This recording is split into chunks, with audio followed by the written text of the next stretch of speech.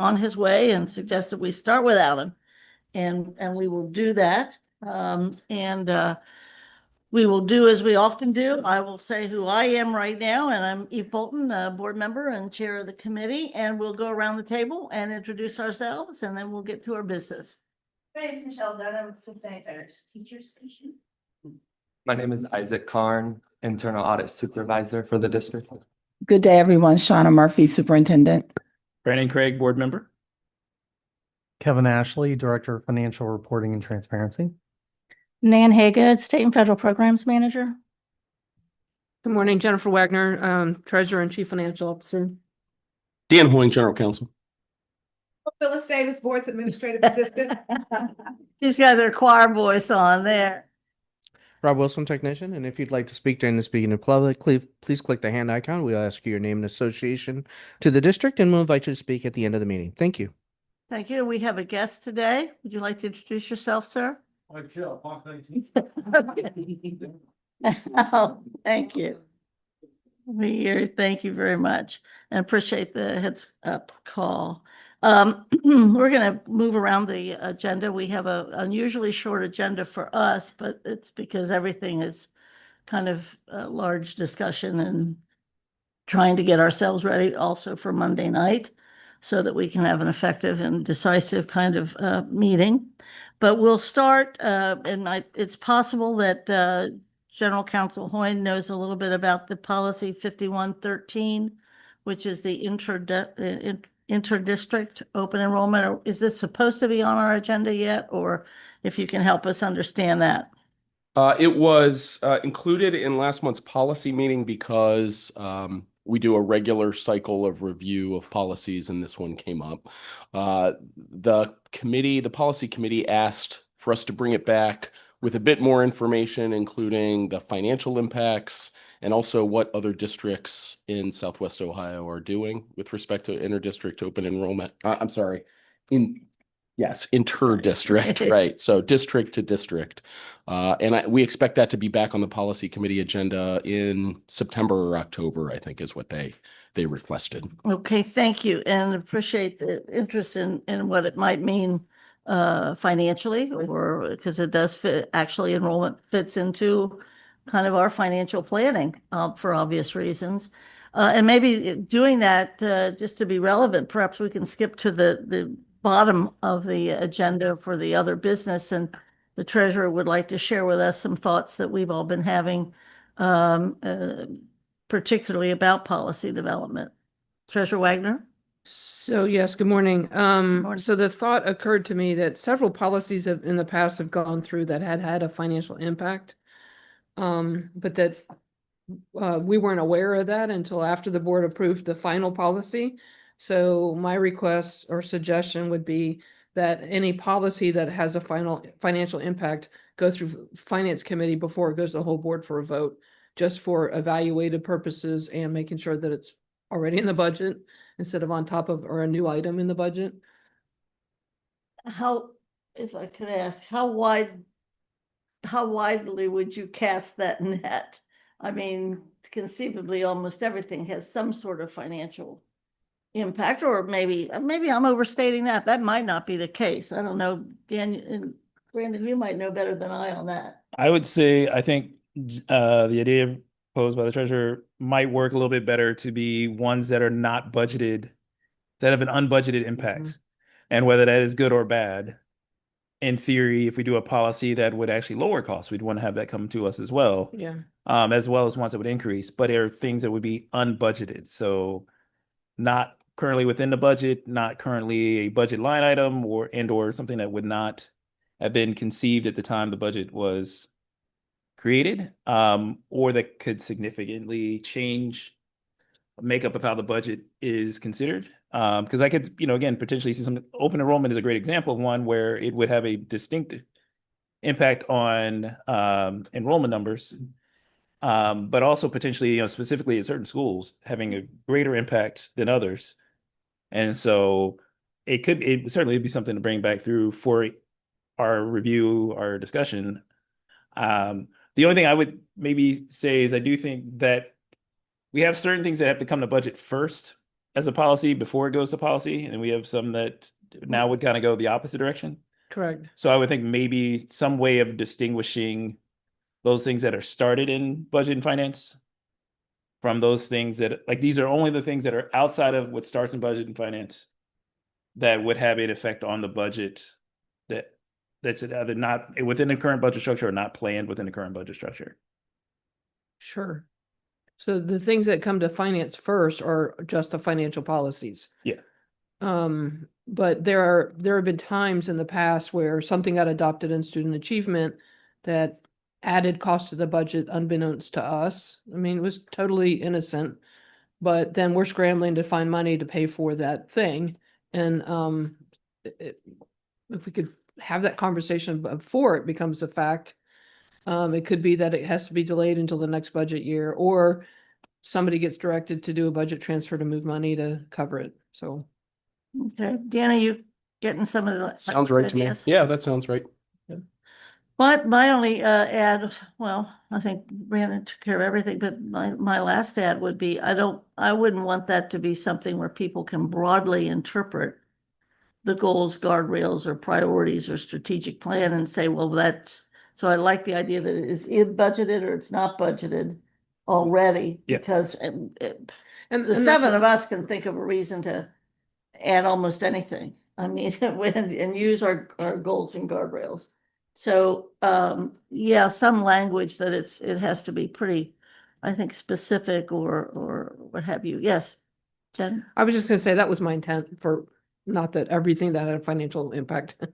Because you're right, just about every policy has a financial impact Right. one way or the other, but mostly just kind of the new things or the changes that come up Mhm. that we need to be aware of. Okay, Superintendent? Anything? And yes, as I'm listening to the conversation, I'm thinking about a kind of a checklist in my head to make sure there is a cross-reference Okay, put it as a process piece. as a process piece. Mhm. Great, One of the thoughts is, please. I think one thing that might help with this as well is the idea that we will be tasking policy committee to think more than just about whether or not just about the policy itself, but the potential impacts. Because I think to that point, we can make an HR policy, for instance, change that may have significant changes on how we participate or govern or act within our employees that we don't generally think about, because we may say we already have X, Y, and Z being done. Right. So we may simplify a system that may have an impact on how much money we have to spend on X or what roles are needed for X that we don't think about in real time, because all we're really thinking about, or all the policies been tasked with, is to think about the language of the policy itself. Mhm. And I think that gets a little bit to the treasurer's point, which is that then something happens and we go, well, why are we doing this differently now? Why is this all changed? Where did this impact come from? And it all comes from the policy. This is getting us to think more holistically about how our policies affect how the district operates. So I can see also there'd be times where we might have to look at a health and safety issue that may require us to talk about it in Cal, or it may have an effect on some curriculum program that we were doing that may change what we decide to do in other spaces based on the policy change that we don't generally talk about in board meetings. So I think that's good. I would add, thinking of with piggyback on that, I would think those things too that add staffing. I'm kind of thinking in terms of other items that might be added as policy that actually would require us to hire people to do it. So I think anything that adjusts staffing needs or demands, because if it's policy, it's policy. And I think it's another issue. But if we can send that back to policy, what about how do we send now this idea? Can we try to put this idea on policy's agenda for August or something? Or what are your thoughts, Dan? Sure. Yeah. We'll bring this conversation back and make sure the policy chair is aware of Great, thoughts from the finance committee. thanks. Jen, is that good for you? Yes, ma'am. Thank you. All right. Let's, if we could, before we start to talk about budget, let's kind of go down to some of the new business, if we could, regarding this discussion that we have to have. There he is. That we have to have regarding new business 1 and 2, the final annual appropriations resolution and also the 26 annual appropriations resolution draft. So you they're give- both annual requirements that will be voted on Monday night on the 23rd. The first one is just closing out the current fiscal year. And you know, they're estimated to the best of our ability since we still have one more payroll to run, but then the 26 appropriation, we're recommending to go with a temporary 30-day extension. We can go up to 90 days, but because we still don't know what the state's budget's going to be and what changes are going to be implemented during conference committee, it's hard to vote on a final budget. Jen, when do we anticipate knowing what the state budget's going to be? Towards the end of next week, I believe, Is there? after your last board meeting of the fiscal year. Perfect timing. Okay, so we're scheduled to meet and decide things on the 23rd with a lot to decide. And we wanted very much, especially Member Craig particularly, waving that banner, not to have anything that even remotely looked like a temporary.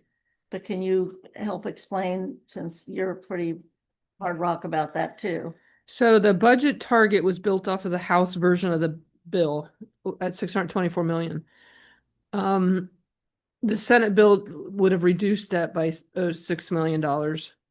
And some of the property tax language, if it gets approved, will be a dramatic decline in our revenues.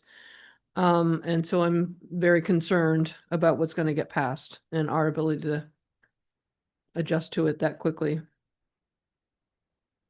So, and everybody chime in if you have anything. Brendan. So I think the 30-day under the premise that we still need to do our responsibilities to decide on things prior to the end of this month. Like, I think that's fine with me because that really is based on us needing to do additional steps in order to adjust to or address whatever changes happen from revenue end. And that's where I think from our end, I'm fine with it if we've handled our expense end to get us to that, at least that 624 number. And that's my fear, is that what we will do is do just the extension and say, well, that means we get more time to wait on the other stuff. And so I think the appropriation resolution is fine with me based on that idea that it's based on whether or not our revenues will actually match to what we are expecting or what we were originally expecting. Right. So we're still about $4.5 million away from that original target. That's tremendous improvement right there. Yes. It's That's very- tremendous Very improvement. painful process, but yes. And let's go back, because when last we met was June 2nd, it was significantly higher than that.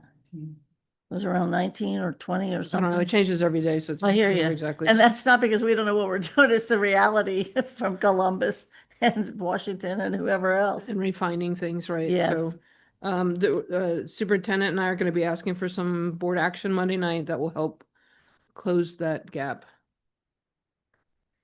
Okay. Jim, you have any? But just keep in mind, the gap is going to change. So, you know, I sound like a broken record, but If I, oh, go ahead. I'm in agreement with Brandon on the 30 days concept, looking at, especially on the revenue side. So I'm comfortable with that. yeah, so there's a board meeting scheduled for July 9th, and that's where we're going to come back with a final. If I could expand on what both of these gentlemen have said, and I think it is the will of it's the United Finance Committee and the administration. It would seem to me, based upon even how we've done the agenda for Monday night, and the administration is presenting the things that have to be decided upon, you would be having another board meeting to vote, hopefully on July 9th. And what we wouldn't be voting like, here's everything all at once. And we might want to go through how far we already are on the budget as to what's been determined.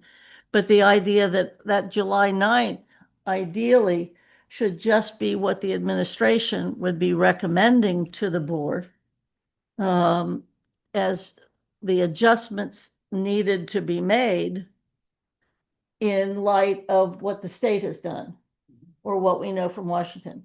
That everything else should have hopefully been decided on Monday night as best we could. And you guys have said I think there's 7 or 8 votes that we're going to need to be taking, including cuts and including other kinds of really exciting things as well, contracts and what have you. I mean, that would be my hope, because we do not want to do and Brandon yells at us all the time about if we change too much what the number looks like, or we delay our votes or delay our decision making. It's time to decide, and we've been deciding, but this is it. Brandon? Yeah, I mean, again, I think if we haven't committed to what will get us to even the 624 number, I don't know that we would be able to get to a lower number, as likely is the case to happen. I do think it will be helpful, and what was presented to us on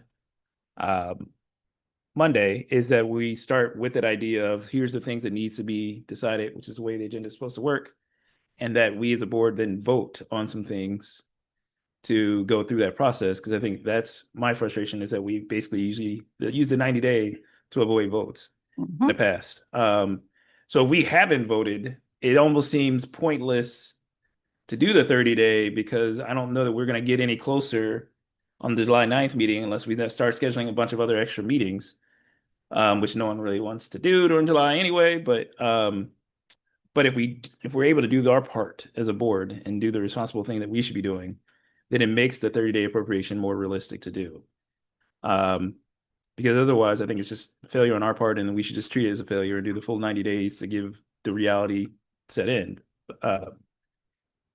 And that's not because it's something I would vote for. It's something that we just have to do if we're not going to vote on things in a timely manner to give the treasurer and the superintendent time to do the things that are necessary, and the people who work at the district the time that's necessary. Because I think that's the other part that I'm slightly worried about in us delaying some of the votes last time, was that we're going to have some people who are likely not going to be able to find opportunities in the same grouping, in the same space, because they're going to be losing their opportunity here.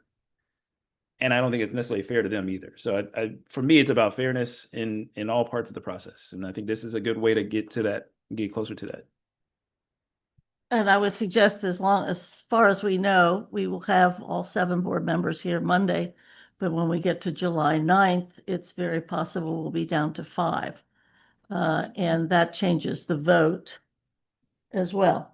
Superintendent. And thank you so much. I just want to, the treasurer and I have worked really, really hard to outline just as what you're saying, Board Member Craig, and that is to, at the beginning of the presentation, these are the things that we're going to ask for your yes on. And again, at the end, and hopefully there will be at least 5 or 6 votes that are helpful to move this process along, to be generous and kind and fair to as many people as possible. It also must be said that if that July 9th meeting is happening, it's possible then we would not have the regularly scheduled 1 July meeting later, possibly. But also between the 23rd, Monday night, and the 9th, and in between that, the state passes the budget and the governor signs it, there's not going to be a lot of time for board to reconvene, as we have found out, and think and delay or talk about. It's really going to have to fall very much to the administration as to what the adjustments have to be recommended as to meet the reality of the state. And board members are going to have to understand that, I think, to get through. So that's my little 2 cents worth. Can we talk now a little bit about some of the things that are happening in Columbus that we have been worrying about? And I know one of the things is what's interested from the media is changes in metro, changes in transportation. There's been all kinds of stuff about taxation, and I don't know, we lead with the treasurer and then go to the superintendent. And I know board members are very well aware of some of the things that are happening in the state. And we can also get some input from Michelle as well, I think. So if you wanted to start with Metro, that I can't really speak to that. I've been focusing on the property tax ones. I don't know if Dan or the superintendent can address that. Yes. if you can Absolutely. Update us. Happy to do so. I'll take us back to last school year, and even prior to last school year, we had conversations around allowing young people who were in broader range schools to utilize the yellow bus transportation for our 7th and 8th graders. Going into this school year, the board did agree to and ask that we put the 7th and 8th graders back on the Metro. For the most part, those were the young people in the 7 to 12 buildings primarily. And so we did that this year. And so part of our ask for this upcoming school year, and the board has already given us the green light, and we are working with Metro to make adjustments and changes there to add the remaining 7th and 8th graders to Metro, which we did the majority of them for this current school year. The remaining 7th and 8th graders will be addressed for the upcoming school year. Comments, board members? Craig? So I think two comments. One is something we talked about at the financial town hall, which we got a little bit of an update from Representative Isaacson, that some language that had been put in that would have made it difficult to place some of our 7th and 8th graders onto, or all of our students onto the Metro, was removed from the Senate bill's language. So that was actually very helpful in that sense to get the reality that it's just difficult to transport students across large swaths of land. Speak to thought, that transfer piece again. yeah, so the idea was that they were putting in a law that that a student could not transfer, and that more explicitly that the carrier would have been held responsible for students using transfers or going through like a transfer hub location. Again, I think that really was punishing every part of the process, but only would really hit urban communities in large part because they are the ones who use public transportation in that way. So I do think it's a positive to not have that in the language that was passed. It is not it put Metro in a bad spot, because it would have also meant that they would have been having to enforce not allowing a student to go through a transport hub, even if they were going somewhere else to go to work or to do any of these other things that students might do after school and using their own resources. So I think that's kind of acknowledging that was not a good idea, right? I do think the only question I had, and this maybe goes a little bit into part of the discussion we were having earlier about when we make policy changes, for 7th and 8th graders who are at schools that were K-8 that are outside of the district that we provide transportation for, what are we doing with regards to those students? Even though our students are at 6, 7, 8 will you go 7, 8 on to Metro. I'm just thinking about like the schools that we have to still provide transportation for, that are outside of our district, right? So I'm thinking broadly, but board member Craig, I might have to return to this. If you're outside of our district, I not don't, outside the yes, district, sir. I mean, like the charters and the private schools and stuff that we still have to provide transportation to, but are not necessarily. Okay, schools. yeah, thank you for that, because I was misunderstanding, thinking outside of our district. I don't think we were providing yellow bus transportation for them anyway. So I will circle back to Mr. Burkhardt, who's out of office today, to make sure I give you the most accurate information. Absolutely. Yeah, because I think that was the only concern I had, is that typically what we've generally done is try to provide similar, if not the same, bus service for the students who are in the district who attend schools that are not CPS schools. And so that may have some alterations or changes that would function for them, since their schools are not set up the same way as ours are. General counsel might have an add to that. Yeah, that's absolutely right. We're required to provide the same transportation for charter, parochial, non-pub schools within our district that we provide for our own students. And in addition to that, there's a rule that says that transporting 8th graders or below on Metro bus, you have to have the school's permission. So unfortunately, they'll likely be CPS kids that are assigned to Metro, while some non-pub schools will continue to have yellow bus or a payment in lieu of transportation as well. To my recollection, that's one of the few exceptions about Yeah. same or similar service, specifically saying 3 years ago when they wrote this law, I think it was 3 years ago, maybe 2, specifically saying, yeah, you can put the CPS kids on Metro, 7th and 8th grade, but you cannot put the charter kids or the parochial or private school kids that are 7th or 8th. It's classic. Two different rules, 2 different class systems, ours versus theirs. But yeah, we'd be saving a significant amount of money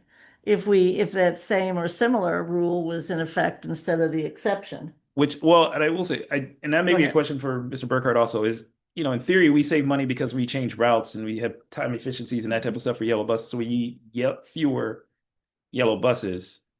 I don't know that that's necessarily true if like kids going from K to 6 are taking the yellow bus and to the charter school, and then the 7th and 8th graders aren't.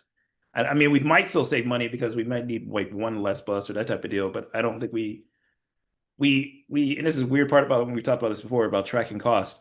I don't think we pay per student on the yellow bus in the same way we pay per student on Metro. Like we pay for the bus and like the fuel costs and the routes and that type of deal. But like we don't pay like $300 extra for that next student on the yellow bus. I don't know the reality of that, but I do very visually remember a slide that said something about $350 versus $3,000. Correct. Per child. But you're right, it's all the things that go into it. And I know that the treasurer and others have worked from the example that it seems like it wouldn't be cost effective to have 2 different vehicles going to the same place. Got that, and we were living with that for a while. And then I think somewhere along the line, it's been determined that the cost per kid is such, and with all the organization of middle schools and whatever, we've kind of, I think, gotten rid of the 2 vehicles to the same place. It may not be as unfortunate as other ideas. So the other piece was keeping the kids out of those transfer centers, because this was emanating from Dayton, I believe, because there had been some terrible thing that happened in the transfer centers. But that law did not go through, you're saying? It's in the House version of the budget, but was not in the Senate's version, and we're hopeful that it won't be in the conference committee's version as well. So there is still the possibility that no transfer. It's hard to see, to Board Member Craig's point, it's hard to see how you run a mass transit system without having the use of mass transit hubs. So it's really complicated to figure out how that would work.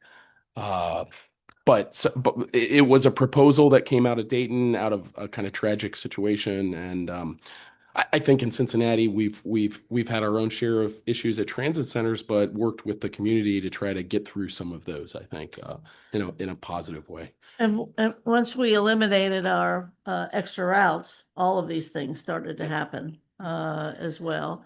But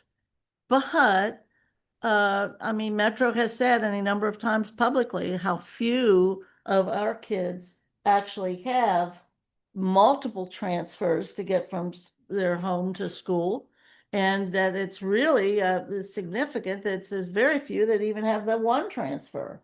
So they have the ability to have some direct routes, but it's inconceivable to make that happen for everybody. Yeah, And I mean, I think the truth is that you can't run a district in which students who are going to an art school, who are going to a magnet school program, don't have to traverse your city. And then the reality is also students don't necessarily go strictly home, school, home, right? So we know that a number of our students don't have to take transfers. They may choose to for different reasons, or they may choose to go a different route because they're going to their job, they're going to their other parent's house, they're going to all these different reasons. I think taking care of their little the siblings. reality, and this is something that we're still working with the city to figure out the best way to do, is that you have to make sure the transportation is still safe, and that students who leave school get home in a timely manner, in a safe manner. So that's something that we've always been committed to. I think the state's idea that suddenly, your public transportation providers were going to start saying, hey, no kid can't get off here, you got to keep riding the bus to them. we find a different spot for you to then walk to some other, like that Mhm. wasn't reality to go through a transit center. Or to not go through a transit center if you're going to have to change buses. I also want to say that this year, working with Metro has been great. We've come to the table on many occasions to hash out concerns, including this topic that we're talking about right now. They've been very supportive. I think that the community at large has been very supportive in terms of doing work to make sure our kids are safe at our transit centers. And I think that our city has data to demonstrate that. And as a district, we have supported the areas being safe for kids to get to and from school.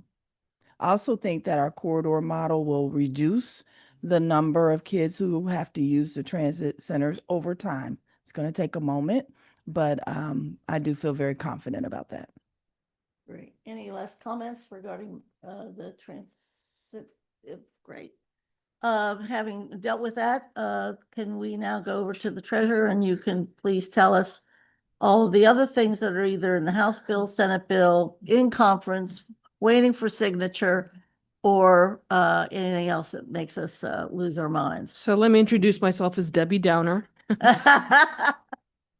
So the God help us.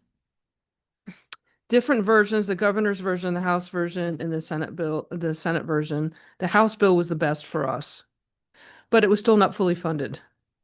And so the concerns on the formula are that they've not updated the cost factors, although they did update the income side. So we got richer, we'll get less share. The House version just kind of sat the formula aside and said everybody gets 0.1% more than they did last year. And then they would make an adjustment if your enrollment grew. They spent a lot of money on a study on special education factors, how to fund students with disabilities, and they determined it was going to cost $1 billion extra, so they've just set that aside as well, which is hurting our students with disabilities. In terms of the property tax language that's out there, and I've lost track of what's in which bill. The worst case scenario is the bill that recommends eliminating all property taxes across the state, which will be insane to implement. Every district will be forced to a state income tax. And if that were to happen, if we were to lose all of our property taxes and had to replace them with state income tax, we'd have to have a greater than 3% school district income tax. I don't see that being approved right away. So there's that. There's movement to eliminate inside millage. So that's 4.19 mils for us. It's close to $40 million. How quickly that would hit us? Probably a year out, since taxes are in a year in arrears. So we'd have a little bit of time to plan for What's that. inside millage? So in the Constitution, it says that all governmental agencies have a basic bottom level millage, and the counties actually split it out on how to deal with that. So it's a 10 mil set aside. So we get 4.19 of the 10 mil. I think it's 4.19. Our bond levy is dangerously close to that, so I get them mixed up. And then, the libraries, the counties, the cities all share in that 10 mils.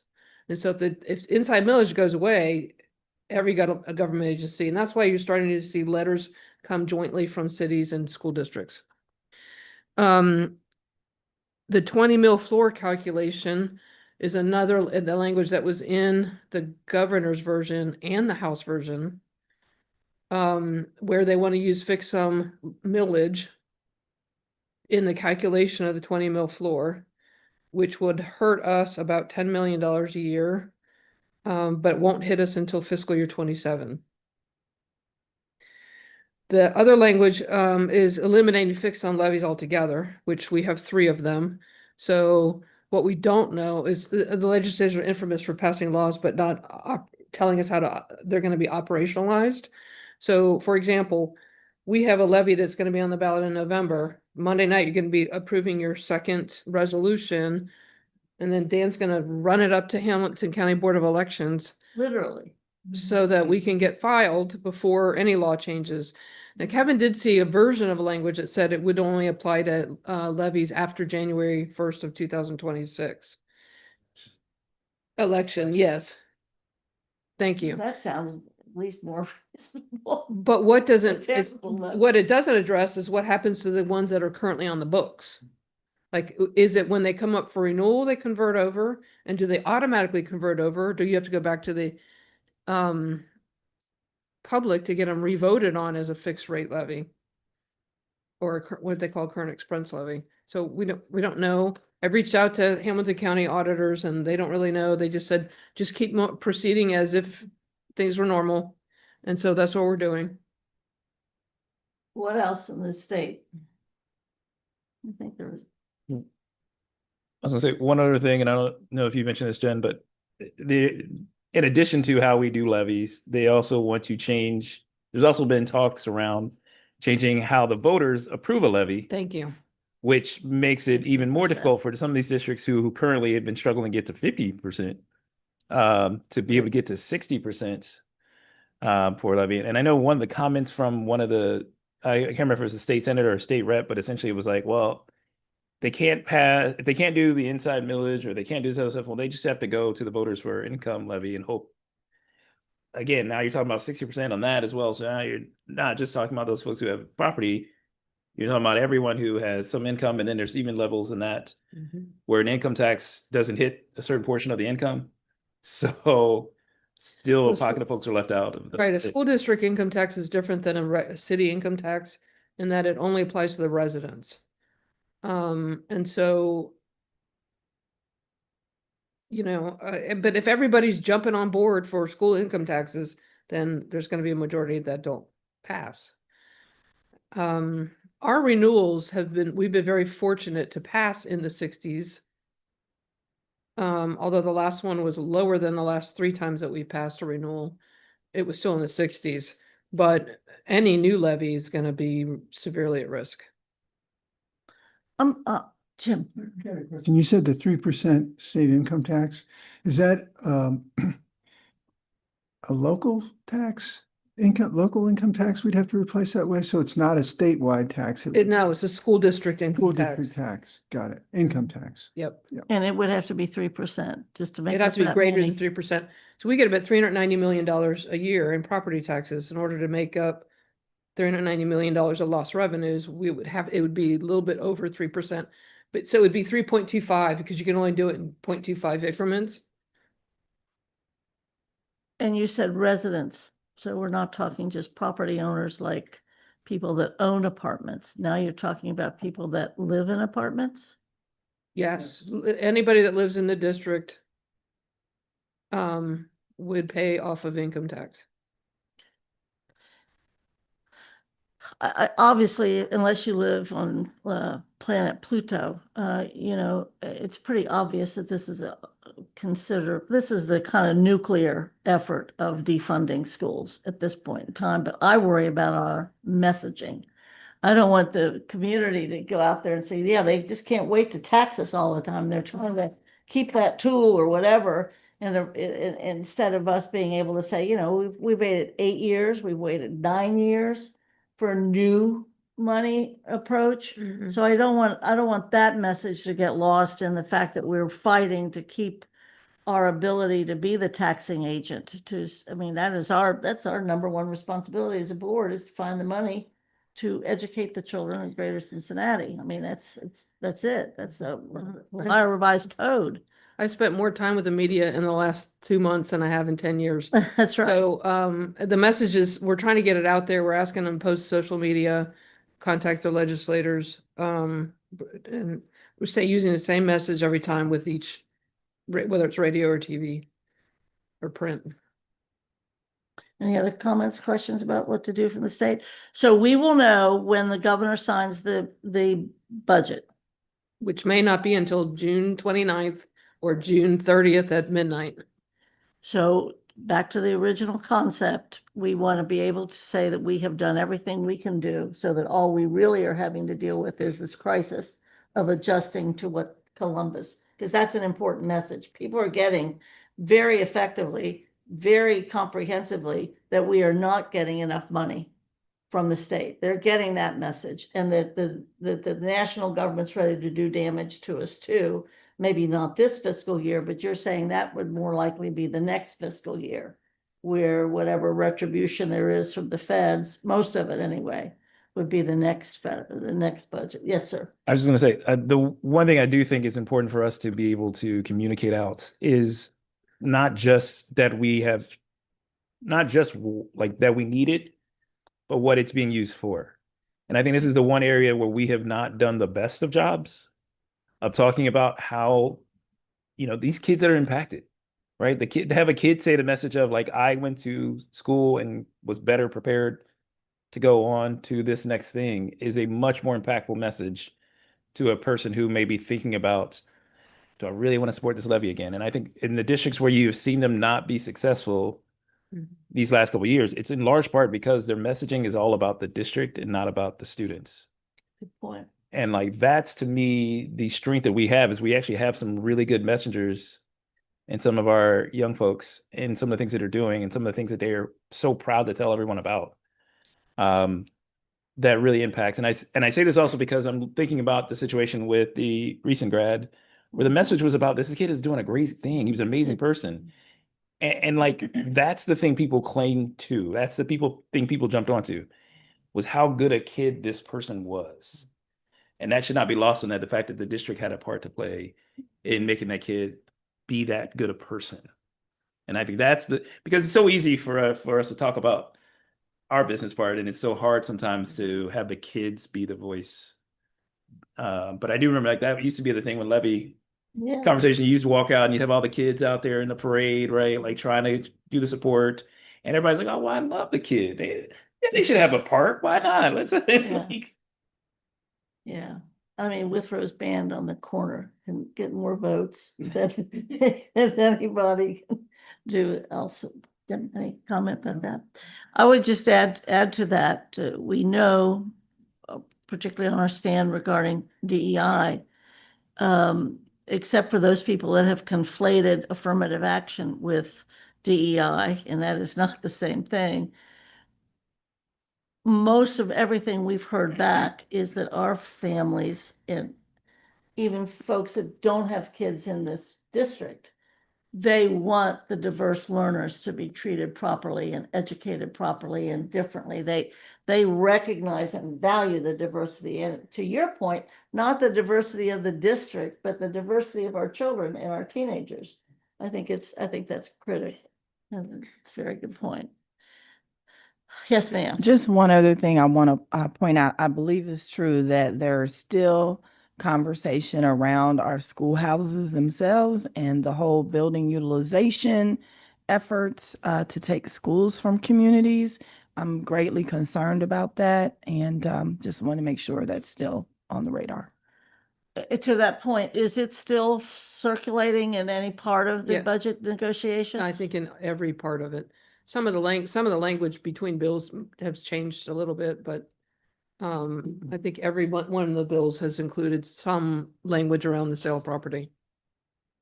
Okay, or basically the what shall we say, taking it too. So when we first saw that language that came out a little bit stronger than it had been before, we reached out to Brenda Weimer, our bond counsel, and she's very concerned about properties that are under debt, or they're under some kind of a debt obligation. And then, there's school districts that only have 3 buildings. And so what are you going to do? Take away their elementary school? And so she has a lot of concerns about, and so our language is like, that's crazy. So I think that'll probably be in court for a while if they were to vote it through.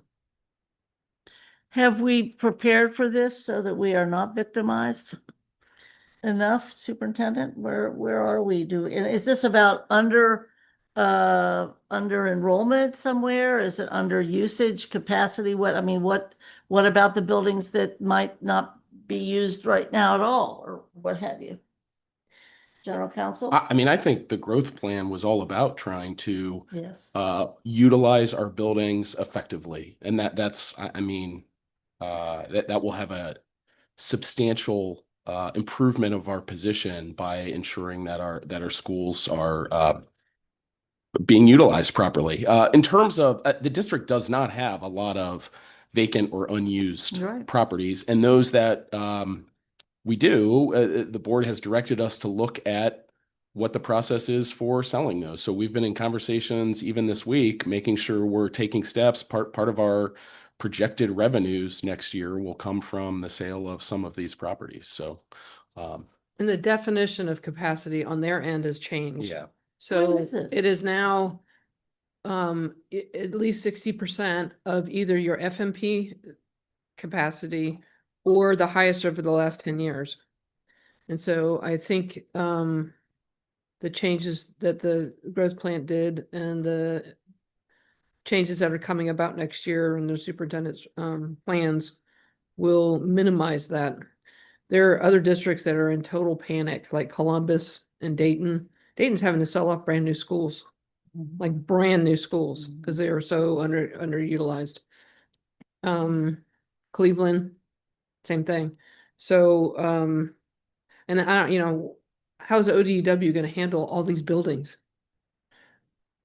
Well, I think that's the point though, is that they don't care. But I do think they just don't. It's the quote of the day. They don't care. I think though, to that point, and that may be one thing that's also slightly different from how our district has grown versus some of the other places have grown. Dayton, a large portion of their idea was to build basic cookie cutter schools that could size a certain size of a enrollment. So when you fall short of that, you still have basically the same school, same space, blah, blah, blah. So now you're having to move students further and that kind of stuff, and it'll have impacts on how their budgets work. Columbus is a similar deal where a lot of their students are being poached out to some of the suburban neighborhood spaces and other things. So the city of Columbus school district is very different than what the city of Columbus looks like. Cleveland is in its own unique space of just declining population. But I think that's one of the things that we have to be very cognizant of, is not just about the number of schools, but where our students live. Because where the population changes happen, we're seeing an overflow of students at certain parts of our district. And then we're seeing kind of a declining student population in some parts of our city. And so I think that's the other part that we have to just on a regular basis, maybe that's something on a regular basis comes before budget and policy, is to review kind of what our enrollment patterns are looking like, or what our population patterns are looking like for the children in the district. Sitting in this, actually at this table for a year and a half or so for ad hoc, besides the idea of the utilization of the buildings, it has been to recognize the demographic changes that have occurred since the Magnificent Facilities Master Plan, which was 78% by local dollars. That's, I just wait for the state to come in and tell greater Cincinnatians, oh, by the way, we know you spend your local dollars to build this building, but we're taking it. I think people forget the nature of Cincinnati. I don't know, you might be able to do that in Columbus. You're not going to be able to do that very well here. It's a different attitude about the schools and the ownership of it. And indeed, we've spent a higher percentage building these buildings than other school districts did as well. So there is that ownership. So obviously the administration knows what the target areas are, what the concerns are, or where we need to be continuing to do stuff in that area. And we'll take a new look at it once, like the September time, towards the end of September, when enrollment kind of settles into its new year, and look for areas of concern. We are good then with what we're planning regarding appropriations, and we have both the superintendent and the treasurer recommending that we do the 30-day. But we have finance and the superintendent and the treasurer also in agreement with finance that it's a 30-day, but based upon us doing what we need to do on Monday night. Yep. Because the only chance anybody's going to have to get this right in that short period of time is you all telling us how we have to adjust now to whatever the state in its infinite stupidity has done. They're terrible. It's terrible. It's just, it's terrible. So we're good on that. And we've done the policy piece. We have not yet talked very much about the requests on Monday night. What is it? And we've seen our agenda for Monday night, kind of. Yes, sir. I make one recommendation on the old business on the levy topic is just that we open up or continue or bring forth to the board a conversation with Preschool Promise about kind of connecting up on this levy renewal campaign efforts or activities.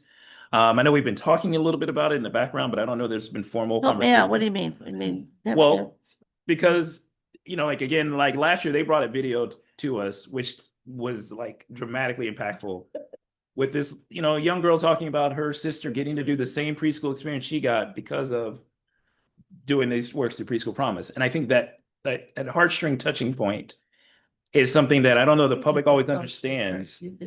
Yeah. And I think the truth is that our levy needs to be like a combination of some of those things. So we have our own heartstring stories that we can pull out. And I think they've been willing to be a part of the conversation. They've come to us and said they're willing to kind of keep us at where we were. That kind of deal. I just think more of a formalized conversation once we get past the budget to really bring something together that we can kind of bring to the public.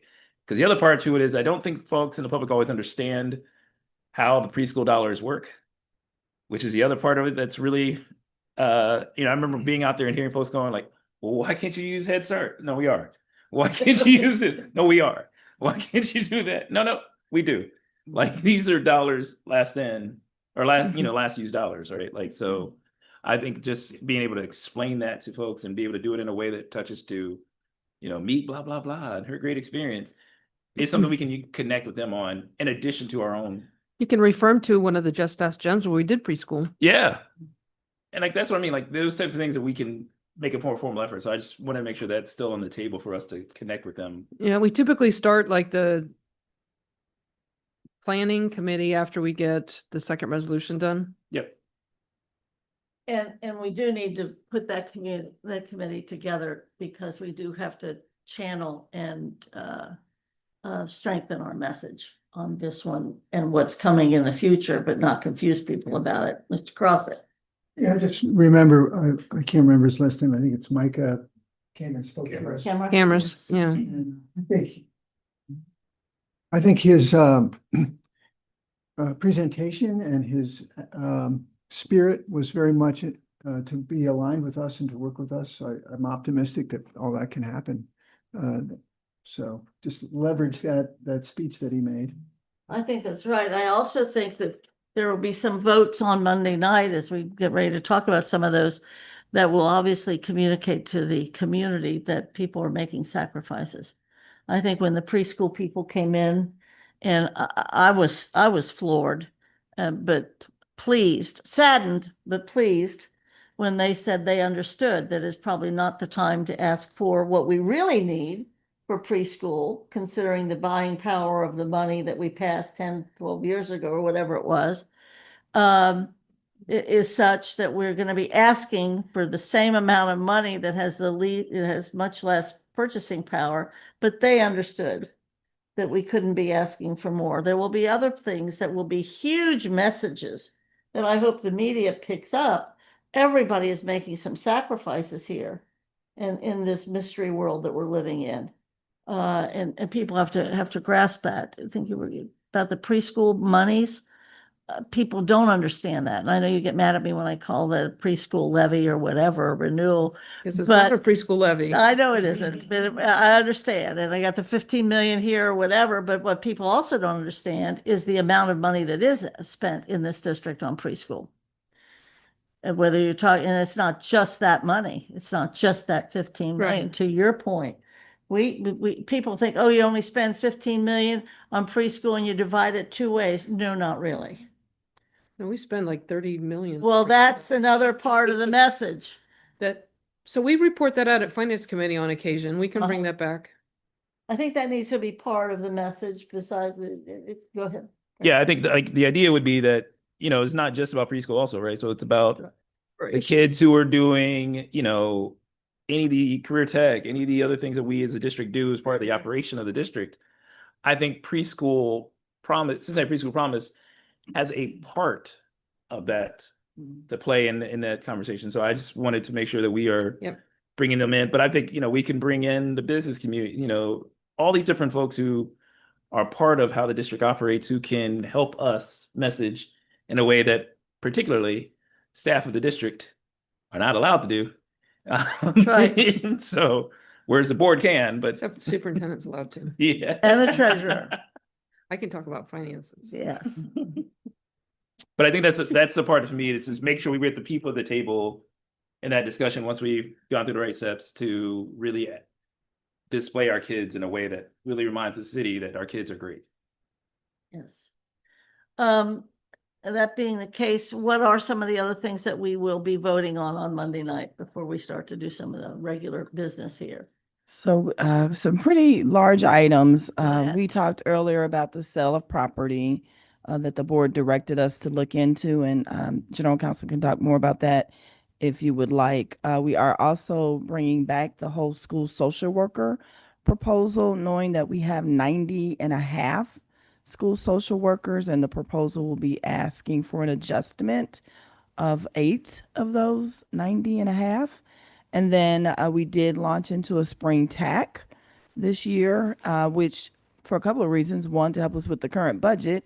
And then secondly, to avoid such challenges in the fall when we typically do TAC. And then a RIF, a reduction in force. And I think overall it's about 140 positions. And then you'll see the negotiations request to support, and General Counsel can talk about that as well. And moving forward with the negotiations with the city. on Sorry, TIF agreements. yes. So that's okay. That's how we tag team. Yes, yes, So yes. Dan, you want to talk about that? Yeah, and just on the previous items, just to be clear, I think there were some questions. The board won't be voting to actually sell parcels on Monday. There's Correct. a lot of preliminary steps that have to take To be place. authorized to do it. That's right. But glad to answer any questions the board has about that on Monday.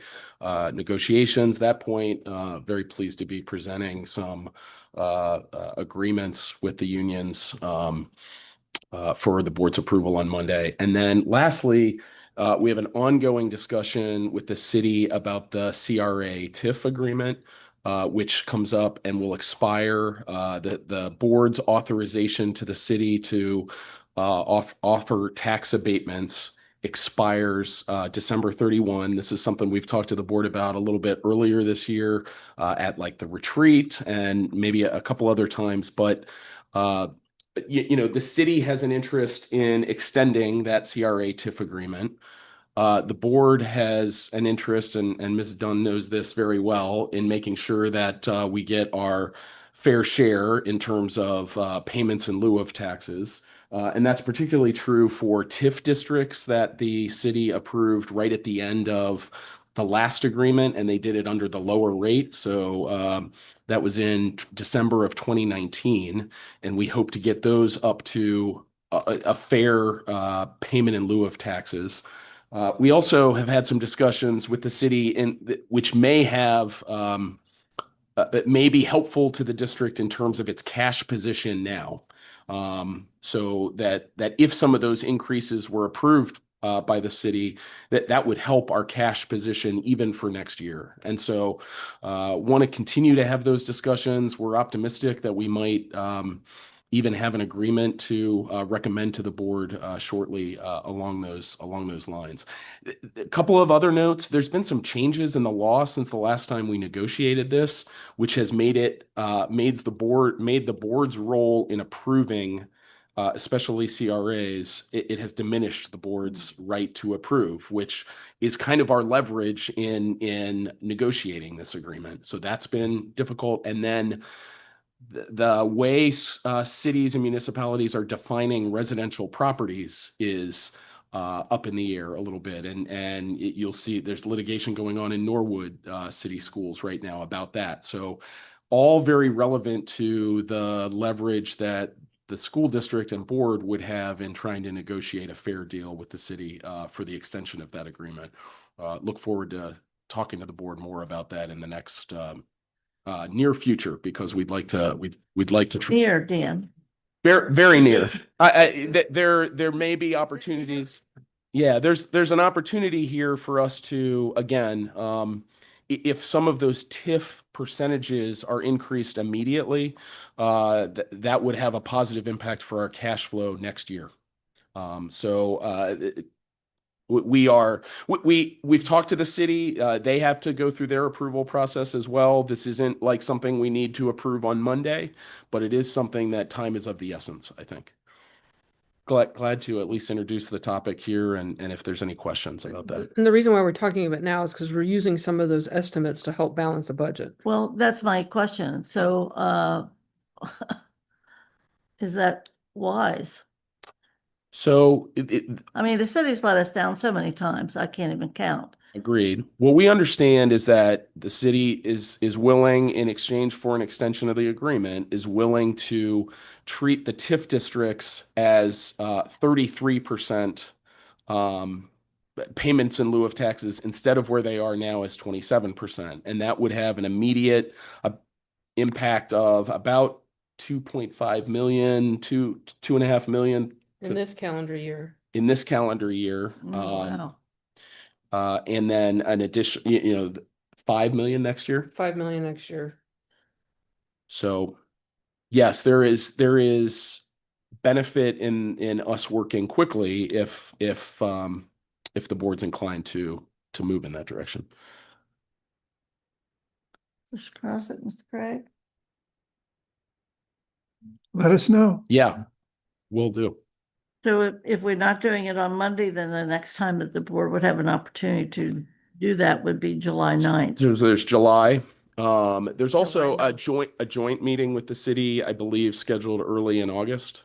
I'm not sure whether that's still going, but I've talked to the city solicitor. They are also working their way through an approval. They realize that this is a process for both parties. So I've got their assurance that that this offer isn't going off the table, on Monday. Okay, so we will not be voting on that on Monday. No, but would like the board's proxy to move in that direction. I won't be presenting a final agreement for you on Monday, but would like some, again, authorization from the board to continue getting to a final agreement with the city. And again, we've talked about it several times now, so I think we have a kind of a good idea. And I think based on whatever kind of the framework of agreement looks like, I think we may also be able to do some type of authorization, like, a board vote to say you are authorized to negotiate these terms as we've done on other things before. Because I do think this is kind of a critical thing, but also we want to make sure that we don't get ahead of the city on some of this stuff as well. Like that they're saying that they agree to it, but then don't end up doing it. We don't want to necessarily be so reliant upon that, but give you whatever authorization you need to do that conversation. That's right. And I just want to say also, just I mean, CFT has really been a partner to the district, I think, in some of these discussions. There is a continued role for the district and other interested parties to be vigilant about how the city is exercising the authority to offer tax incentives. So notwithstanding that we hope to get an agreement with the city, it's an ongoing process. They should be using this authority to grant incentives in a way that's beneficial for the city and not just giving these away to developers that don't need to be incentivized. That's the other thing I was thinking about also, though, is that in not doing these and not doing that exercising authority, there is that potential idea that we would get revenue, but it would be a very short-term growth. And I think that's the other thing that I think we as a board weigh is that the truth is that increased values in real estate sounds wonderful from the city level. From the state level, it makes this a richer district under all the different funding methodologies. So it's important for us to still be able to find the best ways to get the full amount of revenue we can for our property. Thanks. Any other comments about that? Let's do kind of our usual, since these lovely people have been waiting, and then we'll also, if we can, talk a little bit more in detail so that the finance committee kind of understands what's going to be happening budget-wise, so that we have 3 votes that we know are as knowledgeable as we can be. So to help build the answers that we need. Monthly financial reports. Kevin? Okay, yeah, waiting patiently, which is always good. Good discussions today, though. Yes, Um, well, I noticed that more than once or twice, the treasurer looks over to her left for the two of you to help give her some advice and thoughts or verify what she's saying. So I know it's not time wasted. Yeah, Glad to have you here. thank you. She does a great job framing everything. Yes, We she's counting appreciate the meetings down. Just the board meetings. Not the finance. Nope. They're kind of entertaining. Okay, go ahead. All right, so this is just the overview slide. If you'll go back, keep going, Rob, to the cash and investments. This is general ledger all funds, 176.3 million. Just point out the blue is our operating cash at the end of the month of May. We're always living in the past here, I feel like, but Sometimes that's better. yeah. And then the orange is the Star Ohio piece, 34 million. As we've talked about, tax, this is kind of, we're getting to our low point, but the first week in July, we should get our first property tax advances. They've already laid out their timeline for that. So we're kind of eat into our Star Ohio to get us through to that point. The gray is the long-term investments that we maintain that Red Tree manages for us primarily. And then the yellow is the debt related. If you look back to last month, we did pay off the 2010 debt issue that we had a sinking fund accumulating to 21 million, so 21.7 million. So that was paid off at the end of May. So that pie piece has gotten smaller As scheduled, as scheduled, yes. not early. Yeah, we have made annual contributions, which vary depending, they were scheduled and then depending on how much interest revenue, those types of things came in, determined how much we had to contribute each year. But we have been, since 2010, 15 years, contributing to that payoff ever since then. The next slide is just the general operating account, just to kind of show how that fluctuates. It's, like I said, specific to that account. You see we had 36 million in there at May, but again, it fluctuates throughout the year. Next slide is the general ledger. So these are the fund cash balances for all the funds. Last month, the debt service was higher. Obviously, now that we booked the 21 million, that came down to 58 million. General fund had 77.4 million.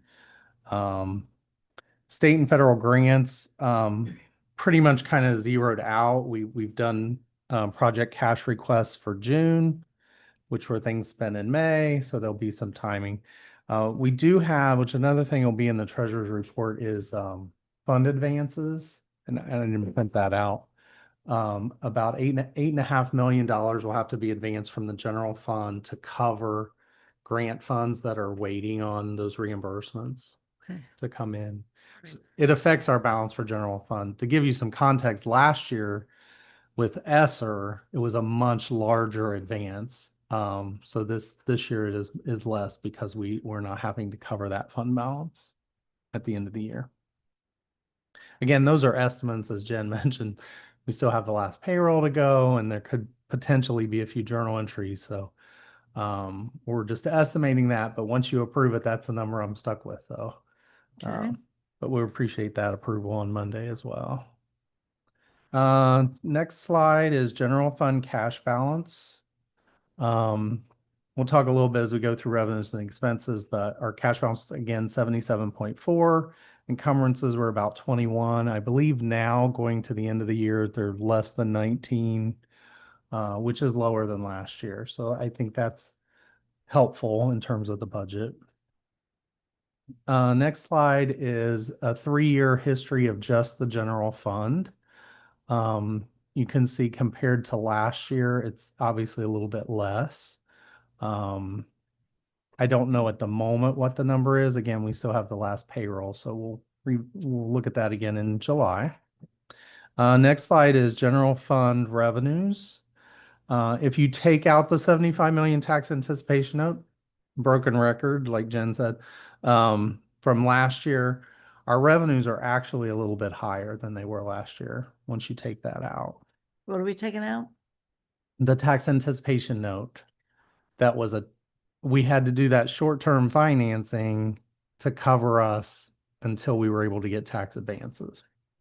And so that increased our revenue as well as our expenditures because we had to then pay that back during the year.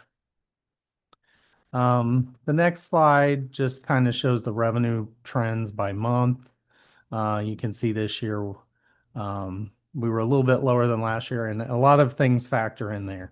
We did get, the city does provide the TIF payment twice a year.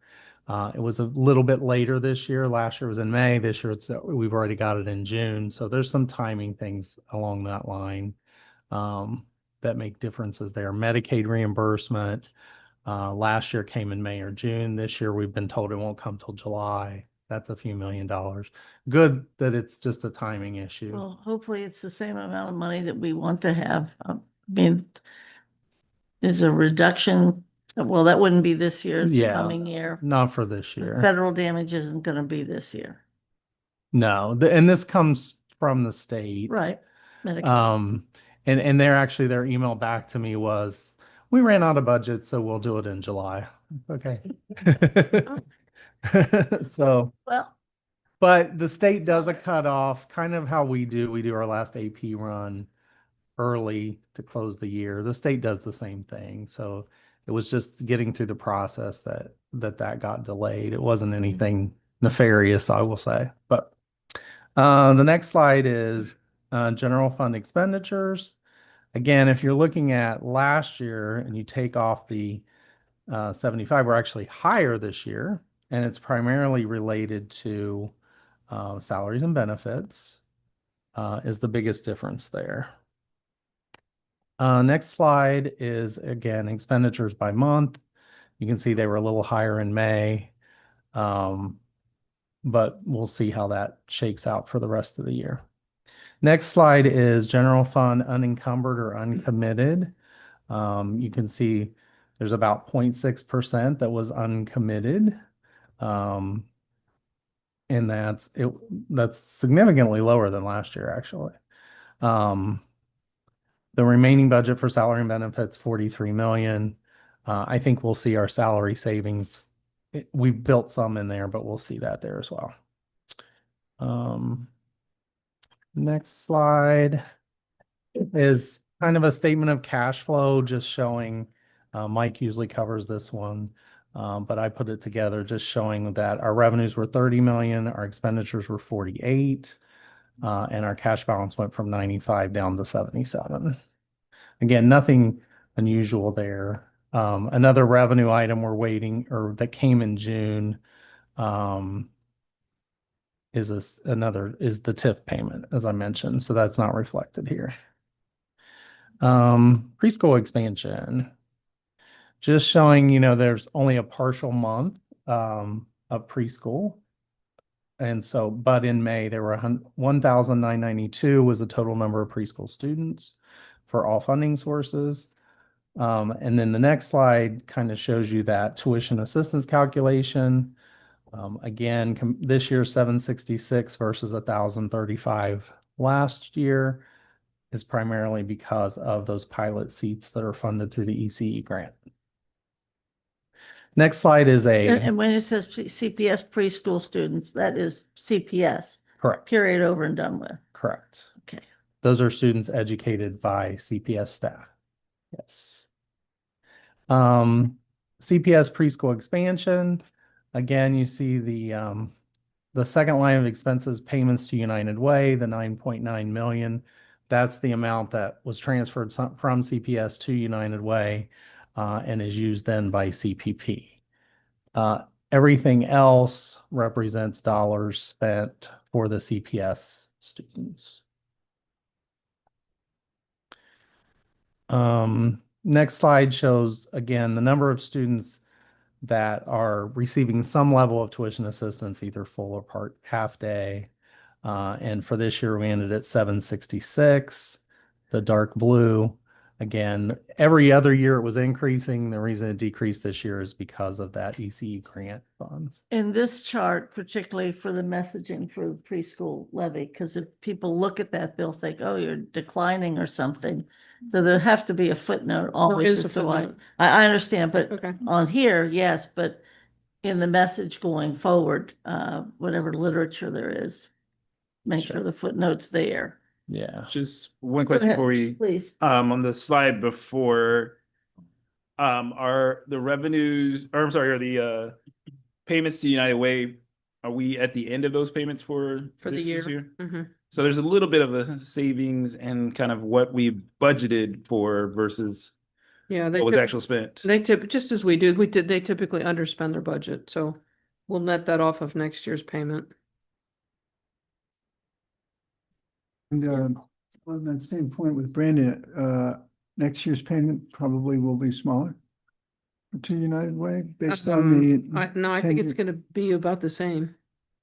Yeah, with the change in the calculation, I'm not exactly sure. In the new master agreement, we agreed that fiscal year 26, we would go to a per pupil allocation. So we did that in our respective budgets, but CPP is asking for a greater budget to use more of the unspent cash.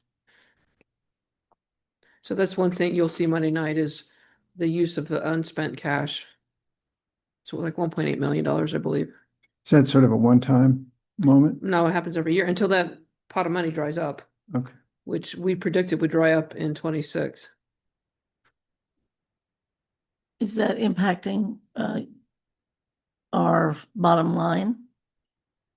Are you using that money for? So we're using 1.8 million of prior year cash to help offset, because what we don't want is CPP's budget to hurt our K-12 kids. So our K-12 revenues need to be spent on K-12 kids. So we're using prior year cash savings to fund their extra bump in budget. Yeah, you might have to explain that a little bit. I'll be happy to. Great. And so then the next section is state and federal grants. Hello. Hello. I will try to go quick since we've had a full agenda today. The first slide is just our trend of spending over all the grants. As you can see, we're just still have a healthy trend line up of spending over the year. Our goal for the month was 62%. And so we're still, quite a bit above our goal as well as last year and then 2 years ago. We've really made a lot of effort in the last 2 years to really focus on this as an Thank you. important effort. The next slide. Thank you. So again, our goal was 62% after our 11th month, which was May. We're at a good, healthy level, especially if you look at our current year spending, which is where we're working slowly towards spending our money in the year we receive it. And so, and again, a shout out to the non-public team and those schools. They have really made an effort to spend their funds this year. And that does again impact us because that impacts our Title I carryover. So the more they spend, the better it works out for us on our And what do you mean by 15%. non-public team? The who? The who? Well, for my team, I have one associate, Jill Blair, that manages all of their budgets, and the team, Dr. Futch and his programmatic team. And then, of course, all the clerks, their clerks work for us. And so they've just really made an effort to have educational sessions. It's trickier to spend those funds at the non-public schools because some of the rules are slightly different. They basically work as targeted programs. And so they've really worked hard just to educate and support and push orders through and follow up on issues. And you can see it's having an impact. That's great. Thank you.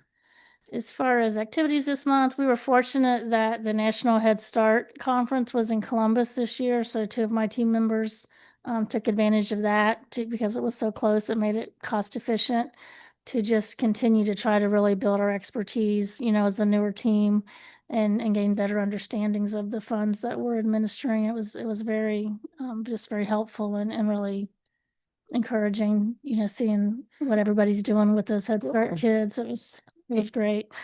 And also some members of the ECE team went as well. So that was just a great opportunity that it happened to be in Columbus this year. Our biggest concern right now is fiscal year 26, like everybody else. As we've mentioned before, there is a new application. So everything that used to be in the CCIP is now in a different place in the state software with a whole new look and kind of process, a more detailed budget level and things like that. And so we've been attending trainings and just trying to get ready for all of our grant applications that are due June 30th of this year. The next slide, thank you. So nothing's really changed here. This is just our kind of final where we ended up with our allocations by grant and our consolidated app. So no big changes there. Next slide. So this is where we were on spending by our primary grants on May 31st. As you can see, what you saw on the chart, we're continuing to spend out. The encumbrance number was at 5 million at the end of May, but as of today, we've really worked hard to continue to clean those up. That's our biggest effort for this year, is to continue to get people to get their invoices in, get them paid, to make sure that we get everything in by our FER dates. So those have gone down significantly. And again, we're in good shape on all of our grants so far as spending enough to not lose any funds. The only one we're still working on a little bit is Title I, just trying to figure out where we're going to be. And that's why it's so important to get those things closed out and processed, so we know, where we sit as we approach the final expenditure reports. And then I had one more slide. I put this in your folders. Okay. I was not able to get it in because this information just dropped on Wednesday. So as I said, we've been anxiously awaiting our applications to become available in the One Funding app from the state so we can start preparing them. And so on Wednesday, there's been delays from the feds releasing the money to the state to release to us. And so on Wednesday, we finally got our first application made available, which is Title I. And they did go ahead and provide us some initial allocations. And so just, to keep everybody informed, so the fiscal year 26 initial allocation is showing you finally some, official information that we have on fiscal year 21 federal grants. And so our Title I allocation did come in about 1.5 million less than last year. That's our initial allocation. And so that's the application we're working on right now to get prepared and submitted. Neglected and delinquent are pretty close. We do have one site that closed, Talbot House. So we're going to have one less neglected site going into 26. That was a really kind of last minute decision that we just found out about in June. Then the three that have the red stars, Title II, 3, LEL and immigrant, they gave us an initial allocation, but because the feds have not released those funds to the state yet, we're very late on those funds being released. They went ahead and provided us a 50% approximately allocation of what we got last year, so we can do some initial budgeting, but those funds really are not officially, ours yet. So we do have something to work with. Title IV, we ended up pretty much right the same as last year. We're about 4,000 ahead. IDIB and ECE, according to the state, they have the money from the feds, but they haven't finished divvying it up among us yet, so we don't have our numbers yet. And then the last two are our school support grants. We do have those final numbers. You can see they went down by about half, but we went from 15 schools to 4 schools. So really the impact. Explain that. So, thanks to the great work of the principals and the support teams, those 11 schools exited CSI status. And so it's bittersweet because they get Another better. messaging piece that needs to even be mentioned even Monday night somehow. So when you improve, you get money taken away. Yeah, it's Typical. really all the I things love you it. implemented to get there, and now they're going to get snatched away because they took Keep the. improving, folks, or we'll be broke for sure. But the good Yes. thing is that we, for the 4 remaining schools, they basically doubled the allocation to them. So the impact wasn't as great as we might have expected, because, they reallocated those funds. Now, the new allocation period will open back up in January when they identify schools again. So we'll find out around January for the next year if we have schools, being added or leaving. So anyways, that's what we have right now. We were just happy to get Sure. information finally, and we'll keep you updated. as they continue to provide Well, information. even to what us. you just mentioned too, that even the federal government is practicing DEI because it's the equitable distribution of funds where Yeah. needed. I mean, it's counterintuitive. Thanks. All right, any questions? Jim? The 50% on those three title categories, that's just your estimate? No, that's what the state did. So again, it's kind of, they gave us the money so that we can get, budgets submitted, but technically until we really have the money, we don't really have a substantially approved date. And so they have recommended that we don't enter into any contracts with those funds because we're assuming we're going to get the money, but you really don't know anything until it happens right now. So they have recommended that, we really are cautious about spending any funds under those three grants right now. I was just gonna say, I think this is also an example of why it's so difficult to manage even title funding. Because it's not just coming from the federal government, it's coming through the states who has a certain allocation, which is why it's also delayed in the effects of changes to the federal budgets. So it's a valiant effort to stay ahead of the game as much as we can. And luckily, we always kind of budget about 90% because we don't know. So, even though we kind of assume we're going to get more. So in this case, even though Title I went down, we had budgeted conservatively with our planning for 26, kind of still thinking and hoping we're going to get more. But we don't have to go in and start, cutting budgets or anything like that because we had already, used a kind of a conservative number. Right. Okay, Jen? so I'm Cody today to talk about, Code man. I offered everybody, somebody made a comment, Nan, that people who got yesterday off also took today off, but those that had to come to finance committee didn't get that opportunity. So I gave them the Yeah. opportunity to take the day off and then I would do their slides for them. And Cody took advantage. Go for it. So the first topic is on data is attempting to do a return on investment on data coaches, which has been proving to be very challenging. If you'll skip the first couple slides you've seen in student achievement, their test scores, I believe. So this is data is coming from the academic side of the house. If you'll skip to slide 30, it's kind of a summary. There you go. So what Cody was attempting to do is look at over the last 3 years of spend on data coaches, what were the academic results? And that was guidance from the academic side of the house, is look at test scores. Well, we all know there's a lot of reasons why test scores go up or down. Data coaches could be one of them or could not be.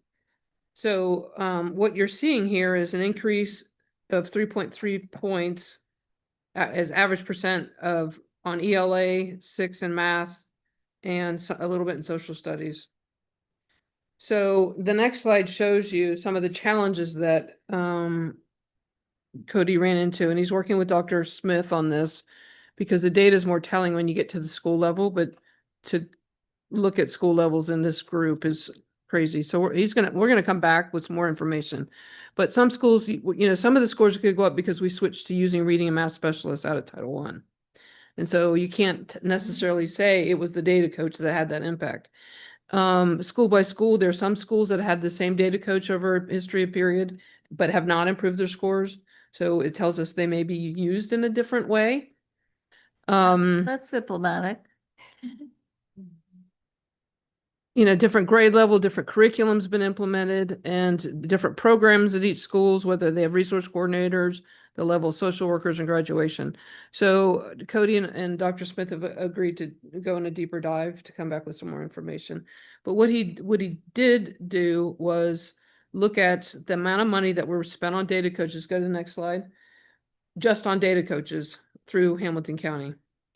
And as you can see, this big blip in 24, and that completely relates to the grant that Nan was talking about, the school improvement grant, because we had a big increase. A bunch of schools jumped into that grant, and that's what they used their money for, was data coaches.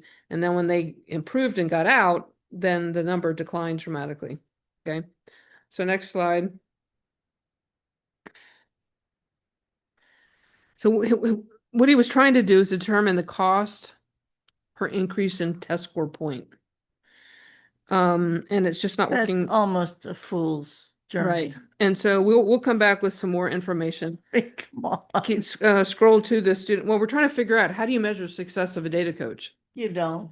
And the thing is, the data coaches originally were hired to teach people how to use data to drive And then they were instruction. supposed to go away. Correct. Now it's become a No, crutch. they haven't gone away. It's Or they're become being a- used as APs or whatever the school needs is how they're being used. And we're paying a lot of money for that kind How of stuff. many data coaches do we have? And these are not the people that are the instructional coaches that are internal No, going around. I mean, this whole, that coach thing gets a little funny. There's instructional coaches in the disciplines. And they travel throughout the district. I mean, the high school people and then the elementary people or whatever. Those are instructional to improve the teaching, the effects, whatever. I don't know if it's in curriculum, frankly, because they spend a lot of time doing that, Correct. especially the newer teachers. But the data coaches, how many of those do we know? how many Title I schools do we have now? There are about 55 schools. It's So there's probably 50 of them out there. I don't know. Yeah, it's sorry. Take Cody that probably back. would know We off the don't top have- of his head, but That I- would be great. Yeah, Okay. that's not a problem. There's a significant number and Brandon. Yeah, I just wanted to like note, and I think this is maybe something Cody and Dr. Smith can also take a look at, is that it does appear that even in looking at results, that there's a more effective benefit from the lower grades than there is as they go up in grade. And I think, again, just maybe if we're really thinking about this or thinking about maybe that's in part because you can have the most impact on a child's kind of growth early, then when you get later, you're trying to catch up or trying to figure out other things that are already been affected, already been built into how they learn. And so it may be worthwhile to just also think about, as we think about these roles, as we think about the benefits, there may be, so studies may be more beneficial at a middle school age student, whereas math and, ELA and math might be more effective at the younger, for folks looking at the. Well, and don't forget the younger grades got the reading specialists. Too. And so, focusing on third grade reading and stuff like that. So yeah, we'll dig deeper in. So The reason I think this is so important is that this is an issue that I won't say divides the board, but there are board members who have some real concerns about the contract and the Mhm. amount of the contract of the group that in part are part of the data coaches and many other incredible services offered by that vendor and partner.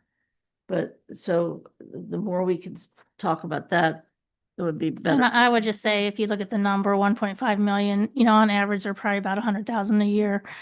So it's probably about 16. Now it might be a 0.5 here and a 0.5 there. But everybody doesn't always have enough Title I funds left for a full data coach, so they might Right. have less, but probably a rough number you could. Translates into Yeah. FTE. I will say this from some anecdotal Yes, please. information though, is that I know some teachers have said what has helped them in understanding is better to understand what they're being measured against, more so than some of the other data points. So like there may be a use issue also of how the data coach is being utilized correct. and helping them to instruct, right? So like maybe less about effective tools and that kind of stuff that may be more instructional, but more of understanding what information they're going to be measured against. Because I do think that's one thing I have heard from several teachers is that as we use more data, as more data is being part of the mix as to what they're being asked to know and being able to demonstrate, it's helpful to have someone who can kind of walk you through and give you on the right path. And I think that's part of it. I also feel like we miss at that K3 level is that we were asking so much of that third grade mark that a teacher has to hit. And then we don't really talk to them about how effective or how that working part is. And so maybe that's another aspect of the data coaches. What is the data coach doing? Which really gets into my other issue with a lot of the other positions we have in some of our schools where we have folks doing a title here, but that ain't what they do. And we need to make sure that that's what we're using them for. Jim?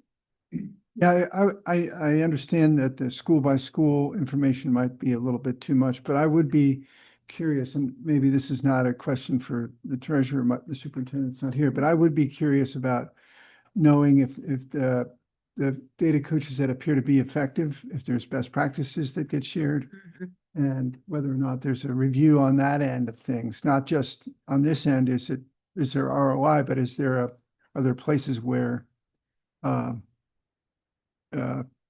ROI is better than others, and can we leverage that more places within the district? I will continue to share my prejudice about data coaches, and I just don't understand why teachers can't read the data. I just don't. They are in other districts reading data and learning how to do whatever. I know ours is far more complicated than many other places, but it's hard for me. I like the original concept, to teach how to do it and then move on to something else, because I think we probably have as much need for these very same kind of people to do other things, so the title matching the service that they would be rendering. It is hard for me, because I don't begrudge this particular approach, or who, who we want to have as be partners and vendors. But this is, to me, this is very weird to do this. And I'd rather we have these same talented people do something else. Because I'll tell you, what the instructional coaches are doing is really important. We need more mentoring of our teachers. We need more help that way, but I just don't understand why we can't find somebody that can read the data. I just, it's very hard for me. And that's my prejudice, and I try to overcome it, but ever so often I can't. Next. So a couple slides, slide 35, please. So once somebody asked Cody to look up the cost per student device. And so he worked with Jeremy on breaking it down to a device level, the least cost, imaging it, some of the software, tracking software, and then the distribution of it. So we're down to a $330 per student device. So then I challenged him to go back to Jeremy to figure out, Of course you did. is there a way to measure student technology growth? Their their technical skill sets, computer skills, on how effective this use of this tool is. Because you're not gonna be able to tie it to any one subject or score, other than if they do a pre and a post of technology skills. Or how much it's in use. So looking at other ways of trying to track the use of the student devices. And now there's an example of where data made a difference, like 2 years ago when we were making cuts and what have you. It was the take home of the instruments and stuff, and then somebody came actually and said, this is how it's being used. And that changed board's interpretation or perspective instantly. Right. As what we were paying for, what was happening. I mean, is that my recollection? I mean, it changes enough to make the vote. You go. I don't know, it changes the whole board's mentality. I do think, though, this is maybe a question to Cody for Jeremy as well, is the cost per device makes sense if every student had a device. But I thought, as part of what we kind of dictated, was that the devices would be sufficient for them to have a school set. So the students could use throughout the day. That may be, so it may be different at a K through 3 or K through 6 as to what the cost per device is versus 6 through 12 or whatever the other higher grades, where they actually are assigned a device that they have to bring back. And then I think, to your point, usage, because even at the upper grades, it wasn't exactly a high usage, high number or high amount of usage. It just was greater than at the K through 3 level. But that would be helpful for kind of understanding the benefit for the dollar. I agree. Okay. So that's it for today. There won't be any CRA or TIF agreements requiring approval. Okay. And we'll build that in hopefully sooner than later. One thing to say, and this is a follow-up what Brandon said a couple of comments ago about the return on investment. I know that we looked at that from a standpoint of trying to figure out the value of the dollar versus the result. But the, one of the impacts that your anecdotal stuff about what the teachers say, Mhm. it's important. To me, the more you do of this, it's not about process change or evaluating necessarily results. It's us having a way to measure what is happening. And I hate to use the word centralized, but it's a particular perspective of what to measure and how to measure it versus kind of this helter-skelter way of figuring out this is being successful or this isn't being successful. And it's a way to compare school to school. And what, I mean, it's bigger than just that, even for the results piece. I Right. think it has an institutional or systemic impact. Well, we're shrinking resources and we're trying to determine what spend is getting the best of our buck and priority on spend. These conversations are helpful. Absolutely. I do have one last question. Have any of you had the opportunity to look at the treasurer's report yet with the new formatting? I have not. Okay. Is it wonderful? We think it is. So I was just gonna ask for feedback. If you had a chance to look at it, you don't have to now. It's just, we can get it Monday night too. The issue is there, the new contracts or the one-time contracts, Mhm. and this will be easier for the Yeah. public and for the board to read. Are we anticipating anything that is particularly new? What will be the mood of the board, or is it even a possibility that board members will say no to new stuff until we figure it out? How do you respond to that? So if we want to go through and talk about the new, the question has to be asked, why? Why is it new? Try to understand why is it new? It could just be a change in vendor. Yes. Okay, so that's a because place somebody, when different you- person won the RFP that was issued or something. So those are the kind of questions that will come up on the floor. Hopefully we'll be able Yes, to answer them I then. want to anticipate, I don't want any surprises for administration or the board. So help us out with it. You might even guide us a little bit about, Yeah. ask why, and maybe you may, that as much as we can help facilitate that, I think that would be good. I think, David? yeah, I mean, I think the color coding helps to guide us a little bit better. Mhm. I do think it'll be helpful to almost explain upfront, like have the kind of Mhm. definitions of what these things Right, mean. the legends at the beginning of that section, and I'm gonna walk you through that Right. on Monday night. But I think that's where to East Point, like that might Yeah. be where you would say, okay, a new contract can be this type of new contract, can be this type of new contract, can be this type of new contract, or Yep. whatever. Because I could see someone saying, but it's the same contract, and it's like, well, no, we had to do this change here, so now therefore it's a new, or this is the same company, why is it a new contract? Well, because Right. it's a different amount or different whatever. Or they won the bid again, so. Yeah. Yeah, so there's a lot of reasons for that, yeah. I think it's going to be very helpful. Now, looking so that we can facilitate Monday's meeting even further than we've done already today. Board members, gentlemen, do you have anything in particular you think the board needs to see to be able to move forward besides, I mean, anything? It has yeah. to be a big night.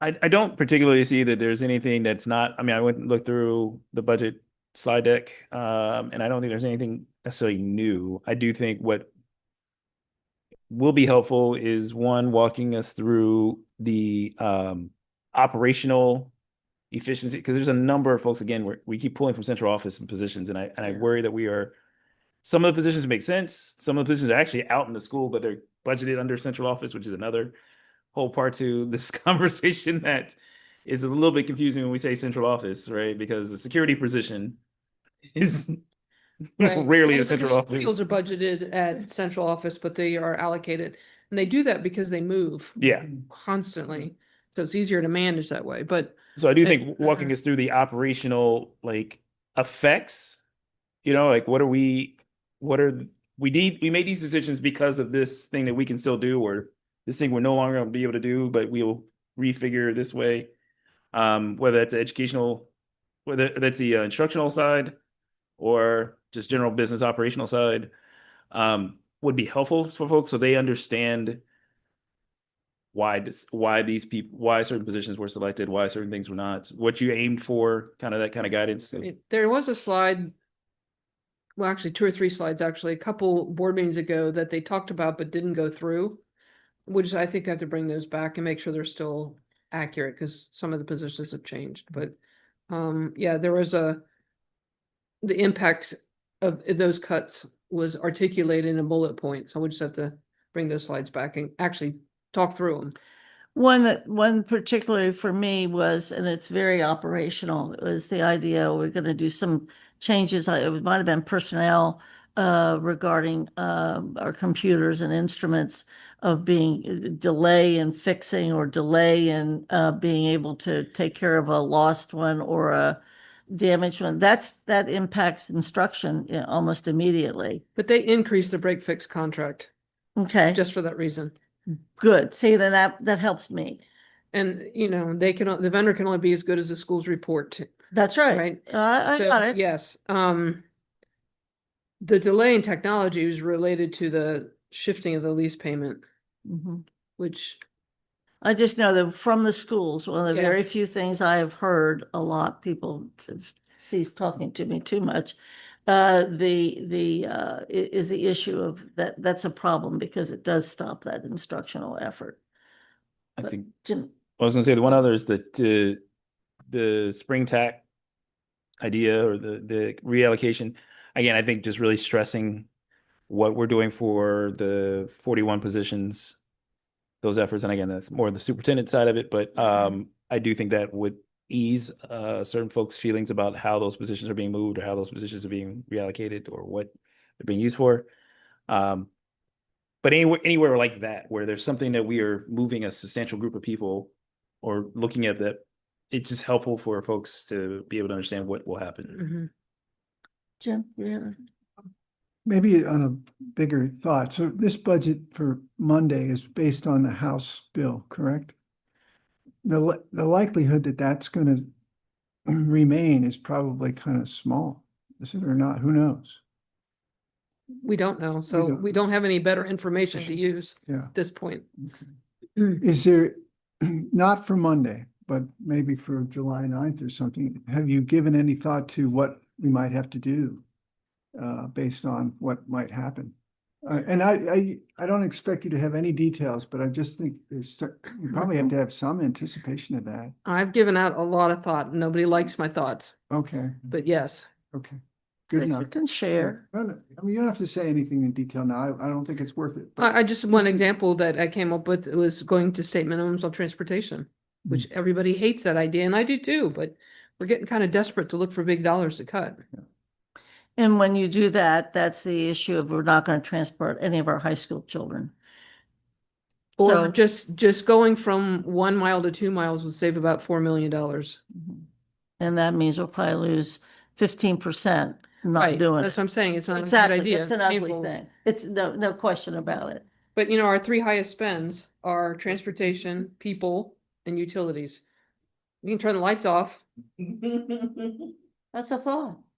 we just work in the dark. Well, actually, I honestly do believe there's savings to be rendered regarding utilities. Even with all the wonderful technology we have just to help us save, I think there's probably all kinds of things like that. I just think you have to remind the board members what we have already done. Because I really, it's frustrating for me when another board member, myself included, I'll do this. I don't remember we did that. So I think there does need to be the list of what has been done, has been accomplished, has been cut, has been reorganized or whatever. I think that's in the slide deck. It's for in Monday the night. slide deck and that needs to be emphasized so that they're starting at the same platform, so to speak. What do you all worry about Monday? I'm not worried about Monday. I'm worried about what's the state's doing. Okay, yeah, I think that's fair. I still worry about the feds later too. But what has to get done on Monday night? Back to Brandon's first The point. most dated information, or I can't think of a better term right now, but is the approval to go do the RIF. Because employees need to know if they're going to lose a job, they need to know that so they can go find a different one. So, and I would say anything you have said we need to vote on, we need to vote on. And it has to pass. Right, so authorization to move forward with the sales of land, Mhm. authorization to move forward with the negotiation of the city agreement, authorization to go forward with the RIF. I think those are the big ones. And then whatever other cuts you all are presenting to us or adjusting. Yes, there was some, Shauna mentioned some that need to be Mhm. approved, like the social workers. I think there was 2 executive secretarial positions. That are really just repurposing Right, because there's 2 retirements coming and so people will get moved, but, that's all I can think of at the moment. I think there were some contract, also There's, some vendor contracts that were, yeah, it's just additional- percentage, because that was your motion on the second. well, I mean, if it's just what we've already voted on, I know at that point we gave authorization up to a certain amount. You did. We were There's not a able but to in realize that. that amount because when we went and looked at all the split funded grants, the split funded contracts, there was 3 major contracts that were split funded with ESSER. When that ESSER went away, the contract came to the general fund, so that offset that decrease. And I can explain that again Monday night. It's in a slide. So the motion was up to 16% or what? So instead of 15 million, we're only cutting 13 million. Okay. Yeah, it was the amount that at or around or something like that. Yeah. But if we're not ever actually realized is what I think It only ends up being 10% though, even though it's, originally gold to be, yeah. so, the board can direct us to go back and cut more event and more contracts, and we can do that before July 9th. So that's why I wanted to show that slide to say we weren't able to get to that percent because of the split funding.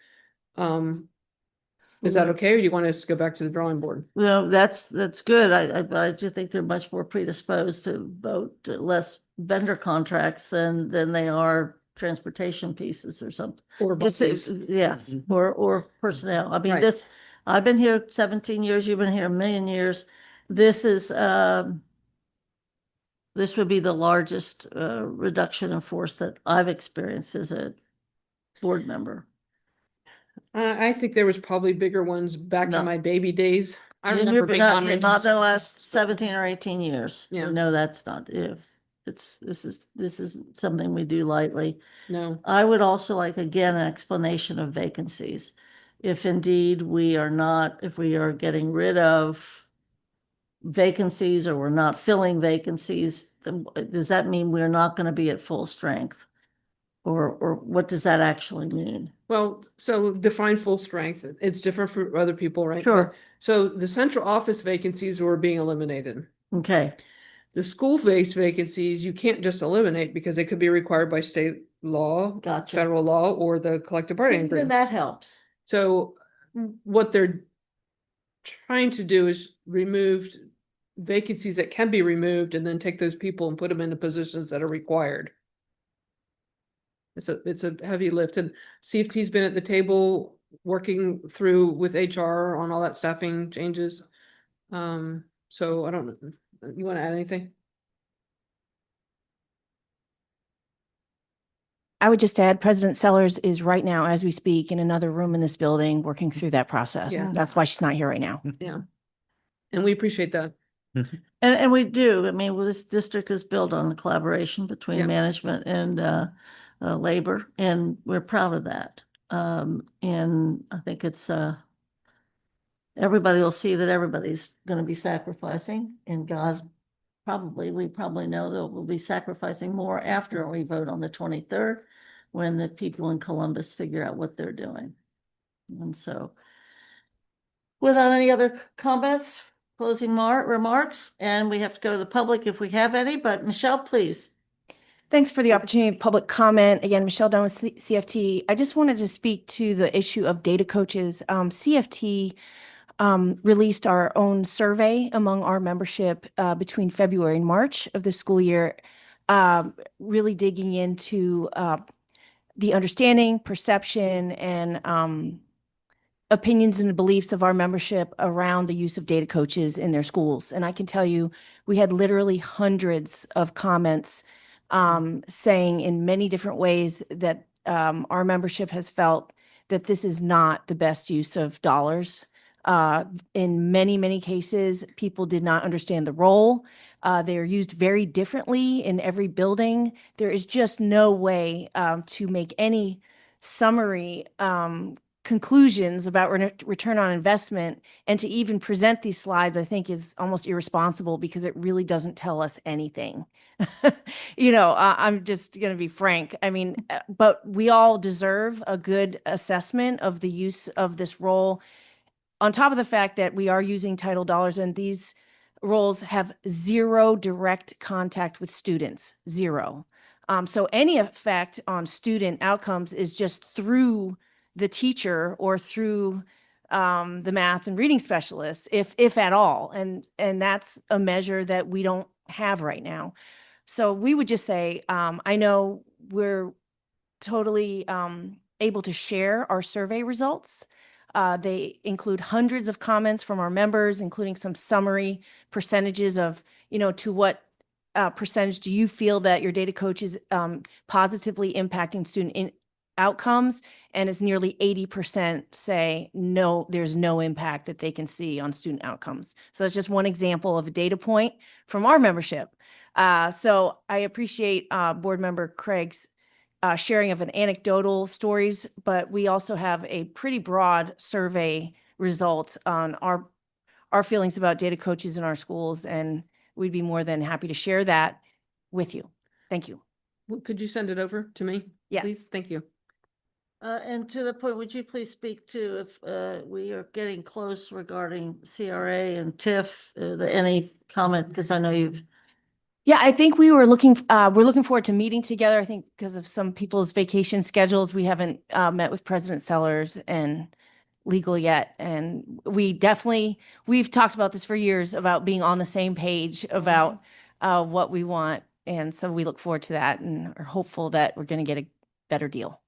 I do recall that the administration did say to the board that there was going to be communication among them between y'all and the administration. So we didn't direct that. They wanted to do that. And I think that does show that not only that we work together, but the fact that you all are much better at pressuring the city than we've been able to on a number of issues. But thank you. Do we have any comments around the table? If not, do we have anybody participating? No. Well, then, unless there's some reason to continue, Chair will appreciate a motion. So moved.